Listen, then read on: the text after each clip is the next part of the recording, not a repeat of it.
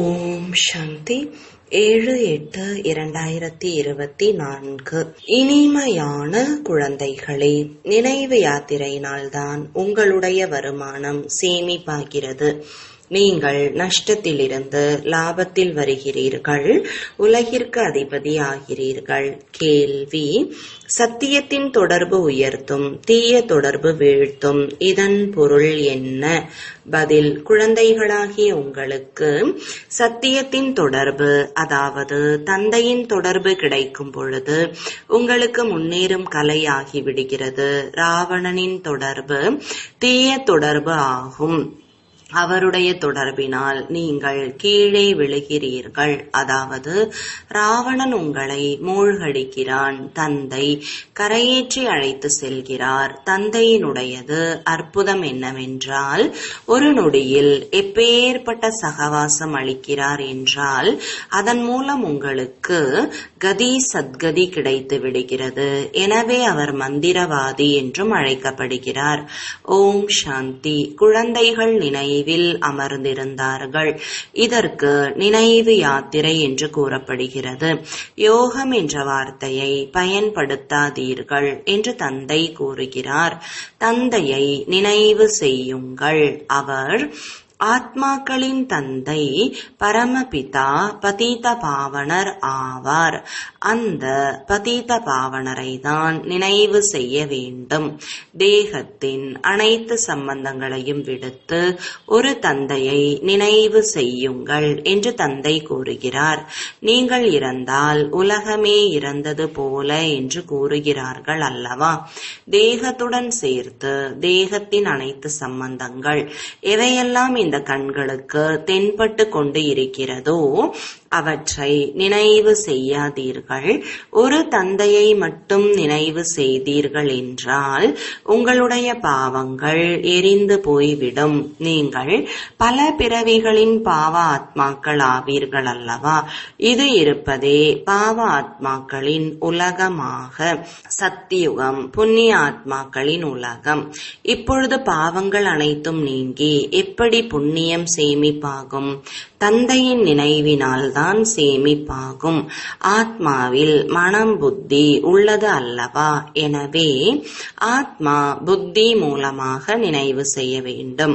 உங்களுடைய நண்பர்கள், உறவினர்கள் யாரெல்லாம் இருக்கிறார்களோ அவர்கள் அனைவரையும் மறந்து விடுங்கள் என்று தந்தை கூறுகிறார். அவர்கள் அனைவரும் ஒருவருக்கொருவர் துக்கம் கொடுக்கிறார்கள். ஒன்று காம வாழ் செலுத்தும் பாவம் செய்கிறார்கள், ஒன்று காம வாழ் செலுத்தும் பாவம் செய்கிறார்கள்.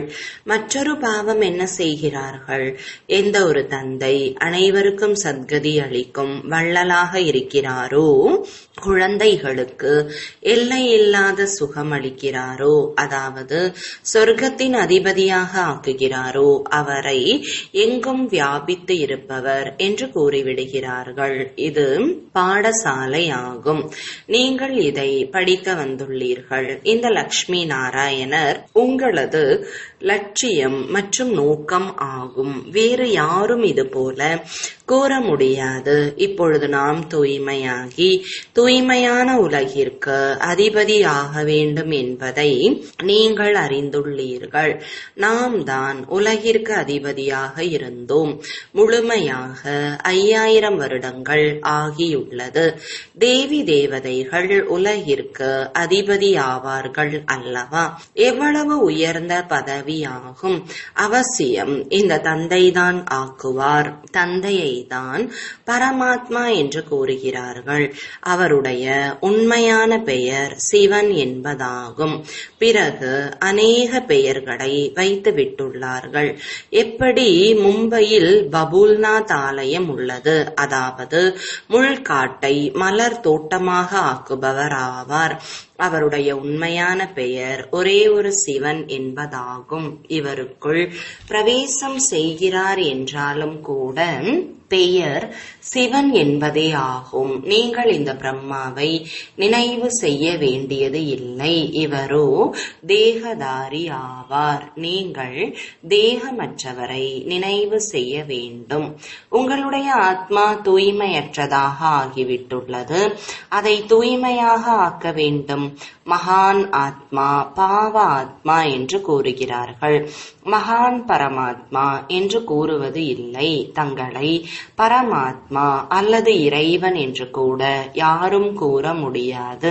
மகாத்மா, பவித்ர ஆத்மா என்று கூறுகிறார்கள். சந்நியாசிகள் துறவரம் மேற்கொள்கிறார்கள். எனவே தூய்மையான ஆத்மா ஆவார்கள். அவர்கள் கூட அனைவரும் புனர்ஜென்மம் எடுக்கிறார்கள் என்று தந்தை புரிய வைத்துள்ளார். தேகதாரிகள் அவசியம் புனர்ஜென்மம் எடுக்க வேண்டி வருகிறது. விகாரத்தினால் ஜென்மம் எடுத்து பிறகு பெரிய வாலிபனாக ஆகும் பொழுது துறவரம் செய்து விடுகிறார்கள். தேவதைகளோ இவ்வாறு செய்வது இல்லை. அவர்களோ என்றென்றைக்குமே தூய்மையாக உள்ளார்கள். தந்தை இப்பொழுது உங்களை அசுரனிலிருந்து தெய்வீகமானவராக ஆக்குகிறார். தெய்வீக குணங்களை கடைபிடிப்பதால் தெய்வீக சம்பிரதாயத்தினர் ஆவீர்கள். தெய்வீக சம்பிரதாயத்தினர் சத்தியுகத்தில் இருப்பார்கள். அசுர சம்பிரதாயத்தினர் கலியுகத்தில் இருக்கிறார்கள். இப்பொழுது இருப்பது சங்கம யுகம். இப்பொழுது உங்களுக்கு தந்தை கிடைத்துள்ளார். இப்பொழுது நீங்கள் மீண்டும் அவசியம் தெய்வீக சம்பிரதாயத்தினர் ஆக வேண்டும் என்று கூறுகிறார். நீங்கள் தேவ குலத்தை சார்ந்தவராக ஆவதற்காகவே இங்கு வந்துள்ளீர்கள். தெய்வீக குலத்தை சார்ந்தவர்களுக்கு அளவற்ற சுகம் இருக்கும். இந்த உலகம் இம்சையானவர்களினுடையது என்று கூறப்படுகிறது. தேவதைகள் அகிம்சையாளர்கள் ஆவார்கள். இனிமையிலும் இனிமையான ஆன்மீக குழந்தைகளே, தந்தையை நினைவு செய்யுங்கள் என்று தந்தை கூறுகிறார். உங்களுடைய குருமார்கள் அனைவரும் கூட தேகதாரிகள் ஆவார்கள். இப்பொழுது ஆத்மாக்களாகிய நீங்கள் பரமாத்ம தந்தையை நினைவு செய்ய வேண்டும். நீங்கள் புண்ணிய ஆத்மா ஆகும் பொழுதே சுகம் கிடைக்கும். 84 பிறவிகளுக்கு பின்னர் தான் நீங்கள் பாவ ஆத்மா ஆகிவிடுகிறீர்கள். இப்பொழுது நீங்கள் புண்ணியத்தை சேமிப்பு செய்கிறீர்கள். யோக பலத்தினால் பாவங்களை முடித்து விடுகிறீர்கள். இந்த நினைவு யாத்திரையினால் தான் நீங்கள் உலகத்திற்கு அதிபதி ஆகிறீர்கள். நீங்கள் உலகின் அதிபதியாக இருந்தீர்கள் என்பது சரிதானே. அவர்கள் பின் எங்கு சென்றார்கள்? இதுவும் தந்தைதான் கூறுகிறார். நீங்கள் 84 பிறவிகளை எடுத்தீர்கள். சூரிய வம்சத்தினர், சந்திர வம்சத்தினர் ஆனீர்கள். பக்தியின் பலனை பகவான் தருகிறார் என்று கூறவும் செய்கிறார்கள். பகவான் என்று எந்த தேகதாரிக்கும் கூறப்படுவது இல்லை. அவர் நிராகாரமான சிவனே ஆவார். அவருக்காக சிவராத்திரி கொண்டாடுகிறார்கள் என்றால் அவசியம் வருகிறார் அல்லவா? ஆனால் நான் உங்களைப் போல பிறவி எடுப்பது இல்லை என்று கூறுகிறார். நான் ஷரீரத்தை கடனாக எடுக்க வேண்டி வருகிறது. எனக்கு என்று உடல் கிடையாது. ஒருவேளை அவ்வாறு இருந்திருந்தது என்றால் அதற்கு பெயர் இருந்து இருக்கும். பிரம்மா என்ற பெயரே இவருடையது ஆகும். இவர் சந்நியாசம் செய்தார். அப்பொழுது பெயர் பிரம்மா என்று வைக்கப்பட்டது. நீங்கள் பிரம்மா குமார் குமாரிகள் ஆவீர்கள். இல்லை என்றால் பிரம்மா எங்கிருந்து வந்தார்? பிரம்மா சிவனின் மகன் ஆவார். சிவபாபா தனது குழந்தையாகிய பிரம்மாவிற்குள் பிரவேசம் செய்து உங்களுக்கு ஞானத்தை கொடுக்கிறார். பிரம்மா, விஷ்ணு, சங்கரன் இவருடைய குழந்தைகள் ஆவார்கள். நிராகார தந்தையின் அனைத்து குழந்தைகளும் நிராகாரமானவர்கள். ஆத்மாக்கள் இங்கு வந்து ஷரீரத்தை தாரணை செய்து அவரவர்களுக்கான பாகத்தை நடிக்கிறார்கள்.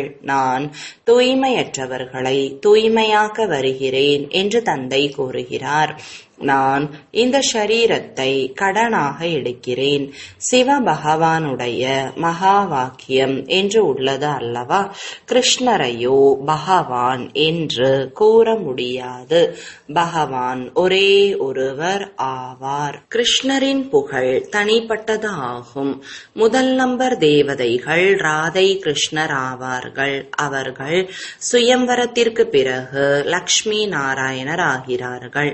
ஆனால் இது யாருக்கும் தெரியாது. ராதை கிருஷ்ணரை பற்றி யாருக்கும் தெரியாது. அவர்கள் பிறகு எங்கே சென்று விடுகிறார்கள்? ராதை கிருஷ்ணர் தான் சுயம்வரத்திற்கு பிறகு லக்ஷ்மி நாராயணர் ஆகிறார்கள். இருவருமே தனித்தனி மகாராஜாக்களின் குழந்தைகள் ஆவார்கள். அங்கு தூய்மையற்ற தன்மையின் பெயரே இருக்காது. ஏனென்றால் 5 விகாரங்கள் என்ற ராவணனே இல்லை. ராமராஜ்யமாக இருக்கிறது. இப்பொழுது என்னை நினைவு செய்தீர்கள் என்றால் உங்களுடைய பாவங்கள் நீங்கிவிடும் என்று பாபா ஆத்மாக்களுக்கு கூறுகிறார். நீங்கள் சதோ பிரதானமாக இருந்தீர்கள். இப்பொழுது தமோ பிரதானமாக ஆகியுள்ளீர்கள். கஷ்டம் ஏற்பட்டுள்ளது. மீண்டும் சேமிப்பு செய்ய வேண்டும். பகவான் வியாபாரி என்றும் கூறப்படுகிறார். யாராவது ஒருவர்தான் அவரிடம் வியாபாரம் செய்கிறார்கள். மந்திரவாதி என்றும் அவருக்கு கூறுகிறார்கள். முழு உலகிற்கும் சத்கதி அளிக்கும் அற்புதம் செய்கிறார். அனைவருக்கும் முக்தி ஜீவன் முக்தியை அளிக்கிறார். மாயாஜாலம் ஆகிறது அல்லவா? மனிதர்களுக்கு கொடுக்க முடியாது. நீங்கள் 63 பிறவிகள் பக்தி செய்தபடியே வந்துள்ளீர்கள். இந்த பக்தியினால் யாராவது சத்கதியை அடைந்துள்ளார்களா என்ன? யாராவது சத்கதி அளிப்பவர்கள் இருக்கிறார்களா? இருக்க முடியாது. ஒருவர் கூட திரும்பி போக முடியாது. எல்லை இல்லாத தந்தைதான் வந்து அனைவரையும் திரும்ப அழைத்து செல்கிறார். கலியுகத்தில் அநேக ராஜாக்கள் இருக்கிறார்கள். அங்கு நீங்கள் கொஞ்சம் பேர் ஆட்சி புரிகிறீர்கள். மற்ற எல்லா ஆத்மாக்களும் முக்தியில் சென்று விடுகிறார்கள். நீங்கள் முக்தி தாமத்தின் வழியாக ஜீவன் முக்தியில் செல்கிறீர்கள். இந்த சக்கரம் சுழன்று கொண்டே இருக்கிறது. இப்பொழுது ஆத்மாக்களாகிய உங்களுக்கு இந்த சிருஷ்டி சக்கரத்தின் படைப்பவர் மற்றும் படைப்பின் முதல் இடை கடைசியின் தரிசனம் ஆகியுள்ளது. நீங்கள்தான் இந்த ஞானத்தால் நரனிலிருந்து நாராயணர் ஆகிறீர்கள். தேவதைகளின் அரசாட்சி உருவாகிவிட்டது. பிறகு உங்களுக்கு ஞானத்தின் அவசியம் இருக்காது.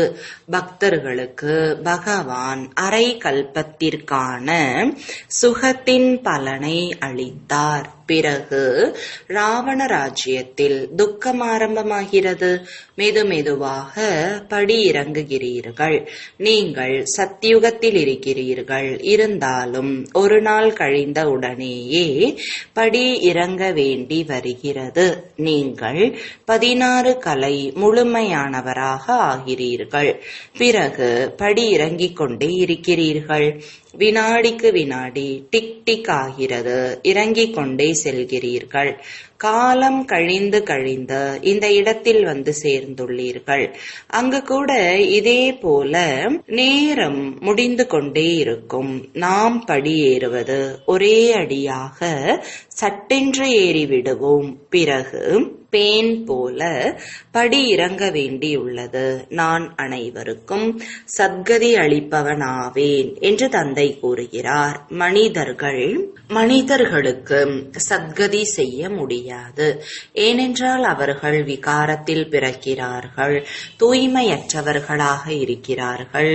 உண்மையில் கிருஷ்ணருக்கு தான் உண்மையான மகாத்மா என்று கூற முடியும். இந்த மகாத்மாக்களோ பிறகும் விகாரத்தால் ஜன்மம் எடுத்து பிறகு துறவரம் மேற்கொள்கிறார்கள். அவர்கள் தேவதைகள் ஆவார்கள். தேவதைகள் என்றைக்கும் தூய்மையாக இருக்கிறார்கள். அவர்கள் அவர்களுக்குள் எந்த ஒரு விகாரமும் இருப்பது இல்லை. அதற்கு விகாரமற்ற உலகம் என்றே கூறப்படுகிறது. இது விகாரமான உலகம் என்று அழைக்கப்படுகிறது.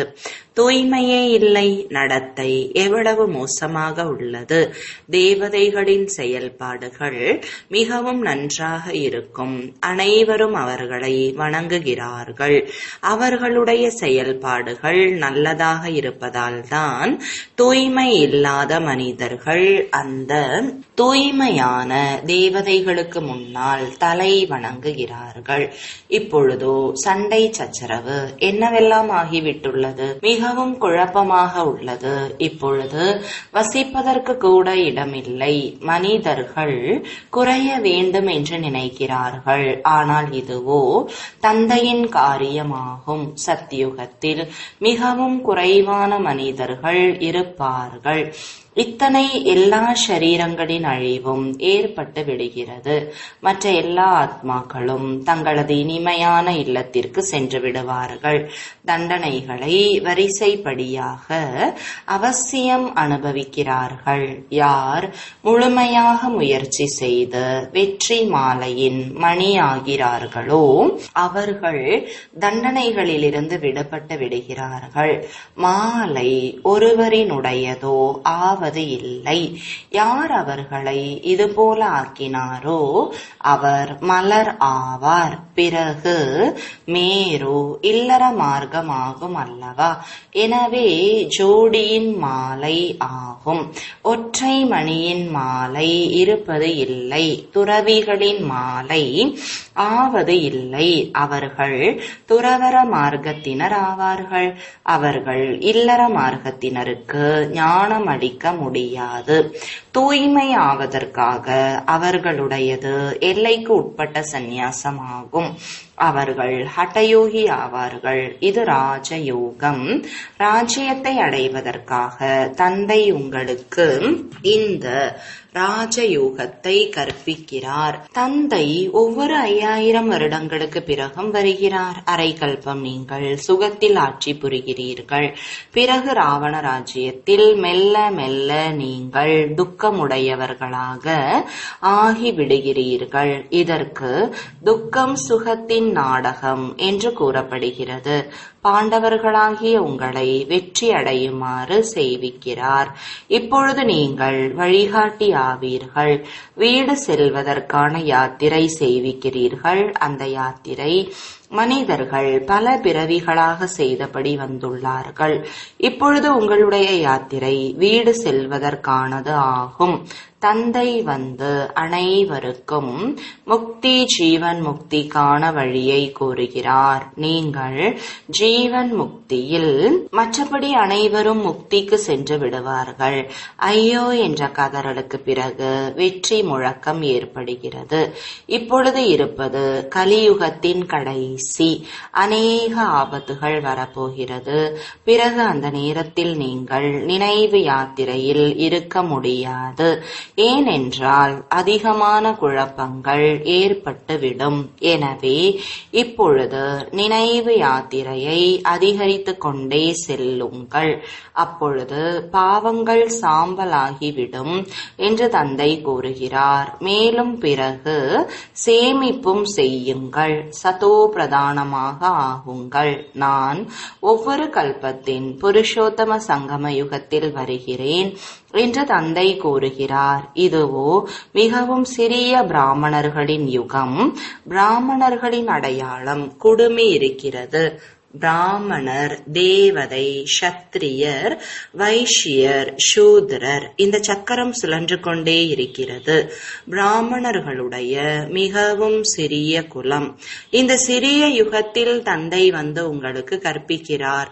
நீங்கள் குழந்தைகள் ஆவீர்கள், மாணவர்களும் ஆவீர்கள், சீடர்களும் ஆவீர்கள், ஒரே ஒருவருடையவர்கள் ஆவீர்கள்.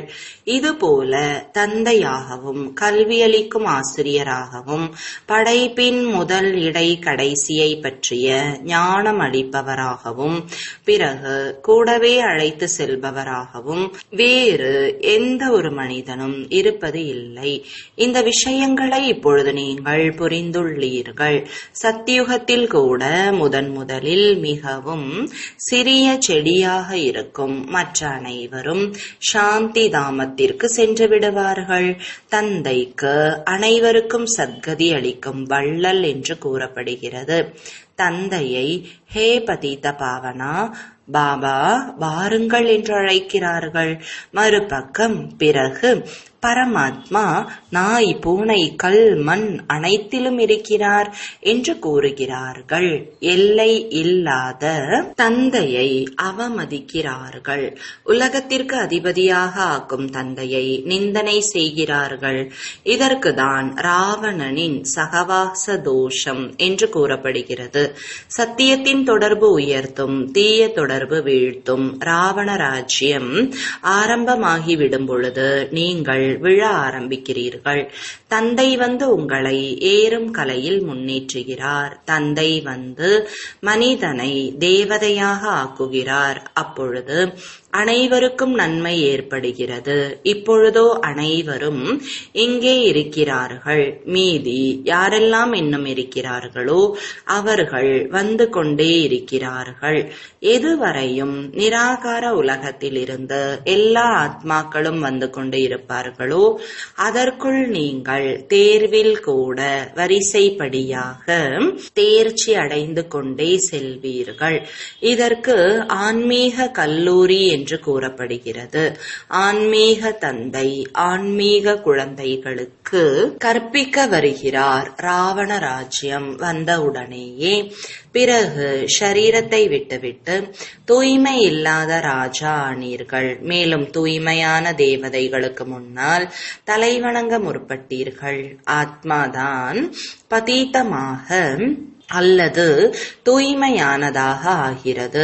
ஆத்மா பதீதமாக இருக்கும் பொழுது ஷரீரம் கூட பதீதமானதாக கிடைக்கிறது.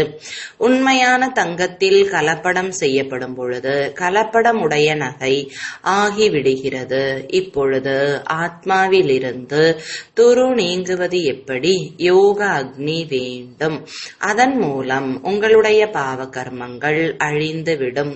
ஆத்மாவில் வெள்ளி, செம்பு மற்றும் இரும்பு படிந்துள்ளது. இதுதான் துரு ஆகும். ஆத்மா உண்மையான தங்கமாகும். இப்பொழுது பொய்யானதாக ஆகிவிட்டுள்ளது. அந்த துரு எப்படி நீங்கும்? இது யோக அக்னி ஆகும். ஞான சிதையில் அமர்ந்துள்ளீர்கள். இதற்கு முன்பு காம சிதையில் இருந்தீர்கள். தந்தை ஞான சிதையில் அமர்த்துகிறார். ஞானக்கடலான தந்தை இல்லாமல் வேறு யாரும் ஞான சிதையில் அமர்த்த முடியாது. மனிதர்கள் பக்தி மார்க்கத்தில் எவ்வளவு பூஜை செய்து கொண்டே இருக்கிறார்கள். ஆனால் யாரை பற்றியும் அறியாமல் இருக்கிறார்கள்.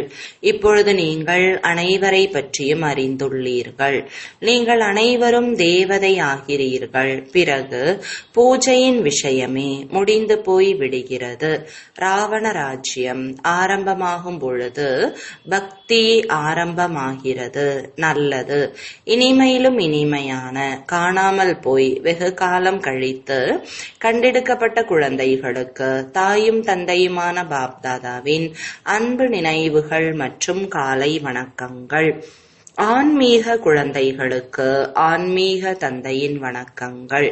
ஆன்மீக தந்தைக்கு ஆன்மீக குழந்தைகளின் அன்பு நினைவுகளும் வணக்கங்களும். தாரணைக்கான முக்கிய சாரம்: தண்டனைகளிலிருந்து விடுபட வேண்டும் என்றால் வெற்றி மாலையின் மணி ஆவதற்கான முயற்சி செய்ய வேண்டும். ஆன்மீக வழிகாட்டியாகி அனைவருக்கும் சாந்தி தாமமாகிய வீட்டிற்கான யாத்திரை செய்விக்க வேண்டும். நினைவு யாத்திரையை அதிகரித்து அனைத்து பாவங்களிலிருந்தும் விடுபட்டவராக வேண்டும். யோக அக்னி மூலமாக ஆத்மாவை உண்மையான தங்கமாக ஆக்க வேண்டும். சதோ பிரதானமாக ஆக வேண்டும். வரதானம்: ஒவ்வொரு நேரமும் கடைசி நேரம் என புரிந்து எப்பொழுதும் எவரடியாக இருக்கக்கூடிய தீவிர முயற்சியாளர் ஆகுக. விளக்கம்: தனது கடைசி நேரத்தை பற்றி எந்த ஒரு நம்பிக்கையும் இல்லை. எனவே ஒவ்வொரு நேரத்தையும் கடைசி நேரம் என புரிந்து கொண்டு எவரடியாக இருங்கள். எவரடி என்றால் தீவிர முயற்சியாளர். இப்போதோ விநாசமாவதற்கு சிறிது காலம் பிடிக்கும், அதன் பிறகு தயாராவோம் என்று யோசிக்காதீர்கள். அப்படி இல்லை. ஒவ்வொரு நேரமும் கடைசி நேரம். எனவே எப்பொழுதும் மோகமற்றவர், தவறான எண்ணம் இல்லாதவர். வீணானவை கூட இருக்கக்கூடாது. அப்போதுதான் எவரடி என சொல்வார்கள். எந்த ஒரு காரியமும் மீதம் இருக்கலாம், ஆனால் தனது ஸ்திதி எப்பொழுதும் விடுபட்டதாக இருக்க வேண்டும். எது நடக்குமோ அது நல்லதாகவே நடக்கும். ஸ்லோகன்: சட்டத்தை தன் கையில் எடுத்துக்கொள்வது கோபத்தின் அம்சமாகும். ஓம் சாந்தி.